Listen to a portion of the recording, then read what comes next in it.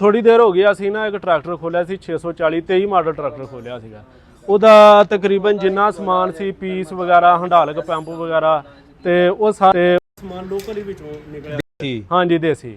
ਤੇ ਉਹ ਕਹਿ ਲਓ ਕਿ 1 ਸਾਲ ਵੀ ਨਹੀਂ ਚੱਲਿਆ, ਸਾਲ ਦੇ ਵਿੱਚ ਹੀ ਉਹਦੇ ਪੀਸ ਵੀ ਖਤਮ ਹੋ ਗਏ, ਆਲ ਪੰਪ ਦਾ ਬੁਸ਼ ਵਗੈਰਾ ਵੀ ਉਹਦਾ ਫਿਰ ਗਿਆ।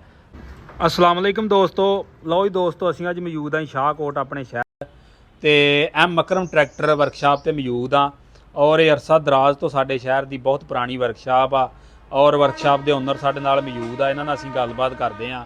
ਇਹਨਾਂ ਦੇ ਇੱਕ ਟਰੈਕਟਰ ਆ ਪਿੱਛੇ ਫੀਅਟ 480 ਅਸਲ ਫੀਅਟ ਔਰ ਇਹ ਟਰੈਕਟਰ ਫੁੱਲ ਮੋਡੀਫਾਈ ਕੀਤਾ ਗਿਆ ਵਾ ਔਰ ਟਰੈਕਟਰ ਦੀ ਪਾਵਰ ਵਧਾਈ ਗਈ ਆ ਔਰ ਟਾਇਰ ਵੀ ਇਹਨੂੰ ਜਿਹੜੇ ਮੇਰਾ ਖਿਆਲ ਵੱਡੇ ਪਾਏ ਗਏ, 13 ਦੇ ਟਾਇਰ ਪਾਏ ਗਏ ਆ।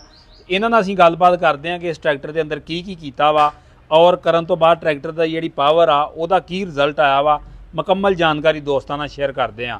अस्सलाम वालेकुम जी। वालेकुम सलाम जी। वसीम भाई की हाल जी? ठीक ठाक, शुक्र अल्लाह। वसीम भाई सब तो पहले तो अपनी वर्कशाप का तारफ करवाओ कि कितनी देर तो ਜਿਹੜੀ ਤੁਹਾਡੀ ਵਰਕਸ਼ਾਪ ਆ ਉਹ ਟਰੈਕਟਰਾਂ ਦਾ ਕੰਮ ਕਰ ਰਹੀ ਆ।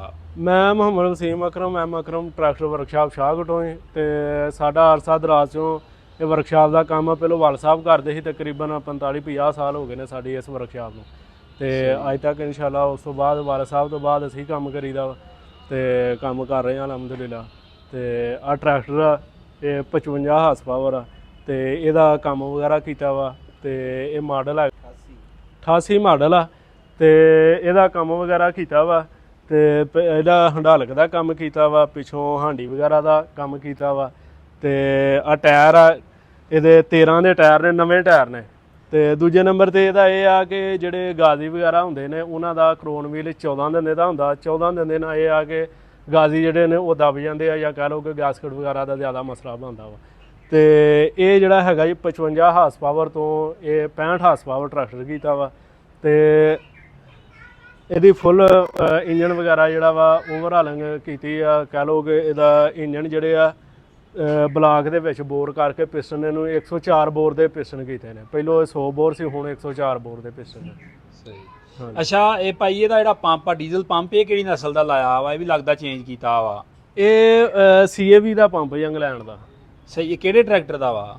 ਇਹ ਫੀਅਟ ਕੰਪਨੀ ਦੇ ਹੀ ਇਹ ਬਾਹਰ ਦੇ ਹੀ ਹੁੰਦੇ ਨੇ ਤੇ ਬਾਹਰ ਦਾ ਇੰਪੋਰਟਡ ਹੀ ਪੰਪ ਲੱਗਾ। ਇਹ ਪੰਪ ਲਾਈ ਨੂੰ ਕਿੰਨੀ ਦੇਰ ਹੋ ਗਈ ਆ? ਇਹ ਪੰਪ ਲੱਗੇ ਨੂੰ ਤਕਰੀਬਨ ਸਾਲ ਹੋ ਗਿਆ ਲੱਗੇ ਨੂੰ। ਤੇ ਇਹ ਟਰੈਕਟਰ ਦੀ ਪਾਵਰ ਵਧਾਈ ਨੂੰ ਕਿੰਨੀ ਦੇਰ ਹੋ ਗਈ ਆ? ਟਰੈਕਟਰ ਦੀ ਪਾਵਰ ਵਧਾਈ ਨੂੰ ਵੀ ਤਕਰੀਬਨ ਸਾਲ ਹੋ ਗਿਆ। ਪੰਪ ਵੀ ਉਦੋਂ ਨਾਲ ਹੀ ਇਹਦੇ ਚੇਂਜ ਕੀਤਾ ਸੀਗਾ। ਸਹੀ। ਤੇ ਇਹ ਕੀ ਰਿਜ਼ਲਟ ਇਹਦਾ ਹੁਣ ਖਿਚਾਈ ਵਗੈਰਾ ਤੋਂ ਕੀ ਇਹ ਸਾਬਤ ਕਰਾਉਂਦਾ? ਖਿਚਾਈ ਵਗੈਰਾ ਤੋਂ ਪਹਿਲੋਂ ਇਹ ਟਰਾਲੀ ਦੇ ਚੱਲਦਾ ਸੀਗਾ ਤੇ ਇਹਦੇ ਜਿਹੜੇ ਇੰਜਨ ਜਿਹੜਾ ਸੀਗਾ ਉਹ 65 ਹਾਰਸ ਪਾਵਰ ਸੀਗਾ ਤੇ ਕ੍ਰੋਨ ਵੀਲ ਇਹਦਾ 14 ਦਿੰਦੇ ਦਾ ਸੀ, ਟਾਇਰ ਇਹਦੇ 13 ਦੇ ਸੀਗੇ ਤੇ ਟਰਾਲੀ ਤੇ ਬਿਲਕੁਲ ਸਹੀ ਚੱਲਦਾ ਸੀਗਾ। ਉਸ ਤੋਂ ਬਾਅਦ ਹੁਣ ਇਹ ਬਲੇਡ ਤੇ ਤੁਹਾਨੂੰ ਪਤਾ ਵੀ ਸਲੋ ਸਪੀਡ ਚਾਹੀਦੀ ਹੈ, ਜ਼ਿਆਦਾ ਸਪੀਡ ਦੇ ਨਾਲ ਟਰਾਲੀਆਂ ਨਹੀਂ ਭਰੀਆਂ ਜਾਂਦੀਆਂ। ਤੇ ਹੁਣ ਇਹਨੂੰ ਅਸੀਂ ਕ੍ਰੋਨ ਵੀਲ ਜਿਹੜਾ ਵਾ ਉਹ 12 ਦਿਨ ਦਾ ਕਰ ਦਿੱਤਾ ਵਾ, ਛੋਟਾ ਕ੍ਰੋਨ ਵੀਲ ਪਾਤਾ। ਉਹਦੇ ਨਾਲ ਇਹਦੀ ਹੋਰ ਖਿਚਾਈ ਅੱਗੇ ਨੂੰ ਵੀ ਖਿਚਾਈ ਇਹਦੀ ਵੱਜੇਗੀ। ਅੱਛਾ ਭਾਈ ਤੁਸੀਂ ਟਰੈਕਟਰ ਖੋਲਦੇ ਜੇ ਨਵੇਂ ਮਾਡਲ ਪੁਰਾਣੇ ਮਾਡਲ ਜਿੱਦਾਂ 88 ਮਾਡਲ ਖੋਲਿਆ ਵਾ, ਹਾਂਜੀ, ਅਗਰ ਤੁਸੀਂ ਇਹਦਾ ਮੁਆਜ਼ਨਾ ਕਿਸੇ ਨਵੇਂ ਮਾਡਲ ਦੇ ਨਾਲ ਕਰੋ, ਨਵਾਂ ਮਾਡਲ 24 ਜਾਂ 25 ਤੁਸੀਂ ਕੋ ਖੋਲਿਆ ਟਰੈਕਟਰ? ਹਾਂਜੀ ਖੋਲਿਆ ਹੈ। ਅੱਛਾ ਇਹਦੇ ਤੇ ਉਹਦੇ ਜਿਹੜਾ ਵਿੱਚ ਸਮਾਨ ਆ ਉਹਦਾ ਕੀ ਫਰਕ ਤੁਹਾਨੂੰ ਮਹਿਸੂਸ ਹੋਇਆ ਵਾ? ਦੇਖੋ ਜੀ ਤਕਰੀਬਨ ਜਿਹੜੇ ਪੁਰਾਣੇ ਮਾਡਲ ਟਰੈਕਟਰ ਨੇ ਨਾ ਉਹਨਾਂ ਨੂੰ 25 30 ਸਾਲ ਹੋ ਗਏ ਨੇ, ਉਹਨਾਂ ਦੇ ਇੰਜਨ ਵਗੈਰਾ ਜਿਹੜੇ ਨੇ ਨਾ ਉਹੀ ਚੱਲਦੇ ਪਏ ਨੇ। ਤੇ ਜਿਹੜੇ ਨਵੇਂ ਮਾਡਲ ਆਉਂਦੇ ਨੇ ਤਕਰੀਬਨ ਉਹ 2-4 ਸਾਲ ਤੋਂ ਬਾਅਦ ਉਹਦੇ ਰਿੰਗ ਸਲੀਵ ਵਗੈਰਾ ਕਰਾਉਣੇ ਪੈ ਜਾਂਦੇ। ਥੋੜੀ ਦੇਰ ਹੋ ਗਈ ਅਸੀਂ ਨਾ ਇੱਕ ਟਰੈਕਟਰ ਖੋਲਿਆ ਸੀ 640 23 ਮਾਡਲ ਟਰੈਕਟਰ ਖੋਲਿਆ ਸੀਗਾ। ਉਹਦਾ ਤਕਰੀਬਨ ਜਿੰਨਾ ਸਮਾਨ ਸੀ ਪੀਸ ਵਗੈਰਾ ਹੰਡਾਲਕ ਪੰਪ ਵਗੈਰਾ ਤੇ ਉਹ ਸਾਰੇ ਸਮਾਨ ਲੋਕਲ ਹੀ ਵਿੱਚੋਂ ਨਿਕਲਿਆ। ਹਾਂਜੀ ਦੇਸੀ। ਤੇ ਉਹ ਕਹਿ ਲਓ ਕਿ 1 ਸਾਲ ਵੀ ਨਹੀਂ ਚੱਲਿਆ, ਸਾਲ ਦੇ ਵਿੱਚ ਹੀ ਉਹਦੇ ਪੀਸ ਵੀ ਖਤਮ ਹੋ ਗਏ, ਆਲ ਪੰਪ ਦਾ ਬੁਸ਼ ਵਗੈਰਾ ਵੀ ਉਹਦਾ ਫਿਰ ਗਿਆ ਤੇ ਜਿਹੜੇ ਆ ਉਹਦੇ ਰਿੰਗ ਸਲੀਵ ਵੀ ਉਹਦੇ ਦੁਬਾਰਾ ਕਰਾਉਣੇ ਪੈ ਗਏ। ਸਹੀ। ਹਾਂਜੀ। ਅੱਛਾ ਭਾਈ ਕੀ ਵਜ੍ਹਾ ਵਾ ਸਾਡੀਆਂ ਕੰਪਨੀਆਂ ਕਿਉਂ ਨਹੀਂ ਇਹਨਾਂ ਚੀਜ਼ਾਂ ਤੇ ਗੌਰ ਕਰਦੀਆਂ?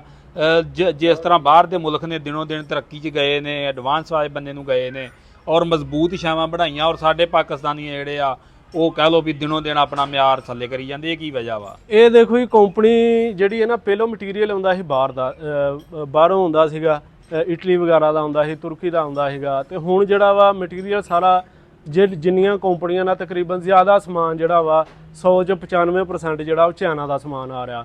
ਇਹਨਾਂ ਨੇ ਕੁਛ ਕਹਿ ਲਓ ਕਿ ਹਰ ਕੰਪਨੀ ਨੇ ਆਪੋ ਆਪਣਾ ਨਾਂ ਚੇਂਜ ਕਰਕੇ ਤੇ ਆਪਣੀ ਮਾਰਕੀਟ ਬਣਾਈ ਹੈ ਹਰ ਬੰਦੇ ਨੇ। ਸਹੀ। ਹਾਂਜੀ। ਲਓ ਜੀ ਦੋਸਤੋ ਨਾਲ ਸਾਡੇ ਮੌਜੂਦ ਨੇ ਟਰੈਕਟਰ ਦੇ ਮਾਲਕ ਭਾਈ ਦਨਾਨ ਲੰਬੜ ਸਾਹਿਬ, ਇਹਨਾਂ ਨਾਲ ਵੀ ਅਸੀਂ ਗੱਲਬਾਤ ਕਰਦੇ ਆ ਕਿ ਟਰੈਕਟਰ ਜਿਹੜਾ ਵਾ ਇਹਦੀ ਪਾਵਰ ਵਧਾਉਣ ਤੋਂ ਪਹਿਲਾਂ ਟਰੈਕਟਰ ਦੀ ਪਰਫਾਰਮੈਂਸ ਕੈਸੀ ਸੀ, ਹੁਣ ਟਰੈਕਟਰ ਦਾ ਰਿਜ਼ਲਟ ਕੈਸਾ ਵਾ, ਇਹਨਾਂ ਨਾਲ ਅਸੀਂ ਗੱਲਬਾਤ ਕਰਦੇ ਆ। अस्सलाम वालेकुम जी। वालेकुम सलाम भाई सब तो पहले तो अपना तारफ करवाओ जी। भाई काठ ਚੱਕ ਦੇ ਰਹਿਣ ਵਾਲੇ ਅਸੀਂ ਲੰਬੜਦਾਰ ਆ ਪਿੰਡ ਦੇ ਕਾਠ ਚੱਕ ਦੇ ਉੱਥੇ ਦੇ ਰਹਿਸ਼ੀ ਆ। ਇਹ ਟਰੈਕਟਰ ਲਿਆ ਮਾਲ ਚੱਕੋ 88 ਮਾਡਲ ਆ। ਸਹੀ।